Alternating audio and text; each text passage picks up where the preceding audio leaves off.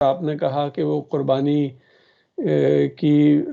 یاد میں ہم کرتے ہیں جو صحیح کرتے ہیں، وہاں جو یہ جو گرین لائٹ لگائی ہوئی ہے وہ یہ کہا جاتا ہے کہ وہ یعنی آپ کو اس میں تیز بھاگنا ہے، اور وہ اسی یاد میں کہ جو ان کی والدہ تھی حضرت اسماعیل کی، وہ بی بی ہاجرہ، وہ تیز چلی تھی اس پہ، یعنی وہ ریلیشن آئی نو کہ وہ اس طرح سے نہیں ہے، لیکن پریکٹیکلی تو انہوں نے اس چیز کو امپلیمنٹ کر دیا ہے وہاں پہ. اگر آپ دیکھیں تو یعنی جو لوگ وزٹ کر رہے ہیں ان کے لیے تو ایک مس گائیڈنگ وہ چیز ہوگی کہ بھئی آپ مس گائیڈ ہوں گے کہ نہیں، یہ اگر ہم نے اسٹیبلش کر دیا تو یعنی جو غلط چیز ہے اس کو